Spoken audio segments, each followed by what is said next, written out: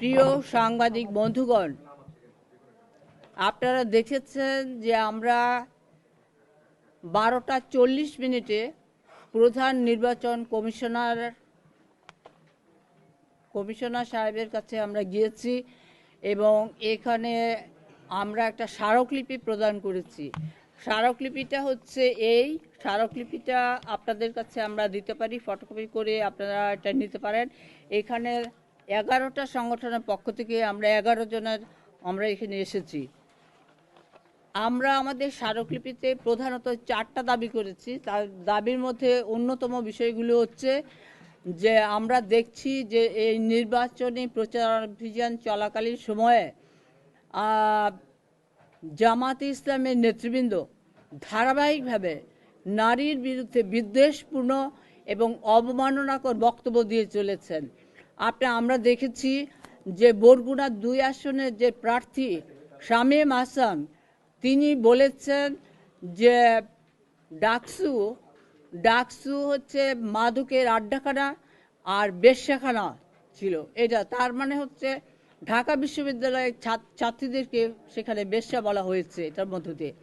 এর পরবর্তীতে আমরা দেখেছি যে জামাতের আমির ডাক্তার শফিকুর রহমান, তিনি আল জাজিরার সাথে যখন সাক্ষাৎকার দেন সেখানে তিনি বলেছেন যে তাকে প্রশ্ন করা হয়েছিল যে কোনো দেওয়া হয়েছে কিনা, কোনো প্রার্থী নারী প্রার্থী তাদের আছে কিনা। তিনি বলেছেন নারী প্রার্থী নাই, তবে তারা প্রক্রিয়ায় আছেন, তারা করবেন। বলছে যে এত বছর পরেও তাদের একজনও নারী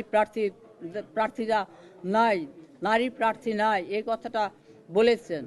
তার পরবর্তীতে আল জাজিরা সাংবাদিক আপনারা দেখেছেন যে তাকে প্রশ্ন করা হয়েছে যে জামাতে ইসলামের আমির কোনো নারী হতে পারেন কিনা। তিনি বলেছেন ইম্পসিবল, সেটা কোনোভাবেই সম্ভব না। আল্লাহ নারী এবং পুরুষকে ভিন্নভাবে তৈরি করেছেন।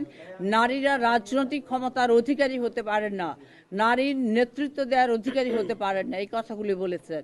আর এর 2 দিন পরে আপনারা দেখেছেন আরও দুঃখজনক ব্যাপার হচ্ছে, আমরা দেখলাম জামাত ইসলামের আমির তিনি তার ব্যক্তিগত ভেরিফাইড যে এক্স অ্যাকাউন্ট, সেখানে তিনি বলেছেন যে নারীরা বাইরে যায়, বিভিন্ন কাজে যায়, বিভিন্ন পেশার সাথে যারা যায় তাদের কাজটা সেটা পতিতাবৃত্তির সমান, মানে পতিতাবৃত্তি, সব অর্থটা হচ্ছে পতিতাবৃত্তি সেগুলো।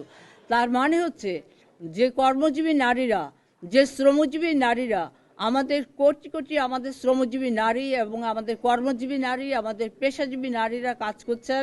আমাদের ছাত্রীরা যারা কলেজ ইউনিভার্সিটিতে যারা পড়াশোনা করছেন তাদের সবাইকে কিন্তু আমি শব্দটা আর উচ্চারণ করছি না,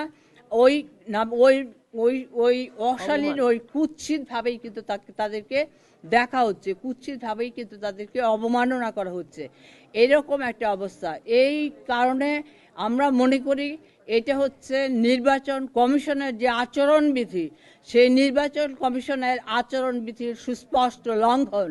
এবং সেই কারণে আমরা প্রধান নির্বাচন কমিশনারের কাছে স্মারকলিপি দিয়েছি, এই কারণেই যে যেন আজকে নির্বাচনের আচরণবিধি লঙ্ঘনের জন্য দায়ে এবং নির্বাচন কমিশনের আচরণবিধি লঙ্ঘনের অভিযোগে ডক্টর শফিকুর রহমানের প্রার্থিতা বাতিল করা হোক। এটা আমাদের একটা দাবি। আমাদের আরও দাবি হচ্ছে সমস্ত শ্রমজীবী এবং